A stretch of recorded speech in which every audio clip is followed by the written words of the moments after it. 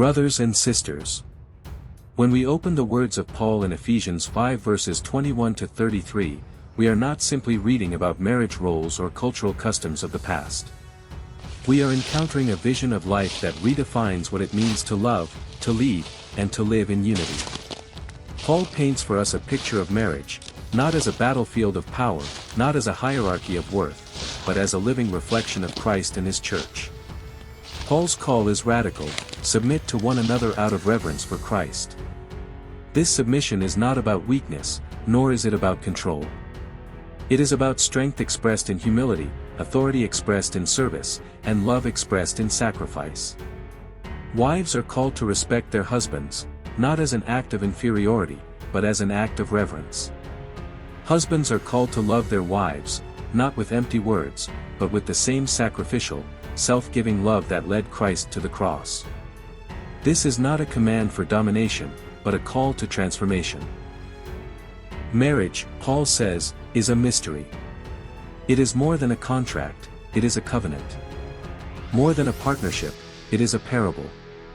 Every act of mutual service between husband and wife echoes the eternal love of Christ for his church.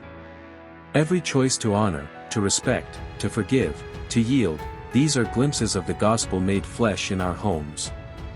Yes, the world wrestles with these words. Yes, cultures change, and traditions rise and fall. But the truth remains: the foundation of every Christian home is love. Love that does not demand its own way. Love that seeks the good of the other. Love that unites differences and transforms weakness into strength.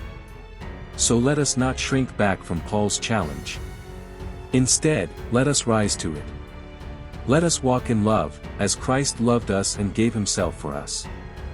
Let husbands embrace the sacred duty of sacrificial leadership. Let wives embrace the sacred gift of respect and trust. And let every believer, single or married, learn to submit in love to one another out of reverence for Christ. For when we do, our marriages, our households, and our churches become living testimonies of the gospel. They shine as lights in a world desperate for unity, desperate for peace, desperate for love that lasts.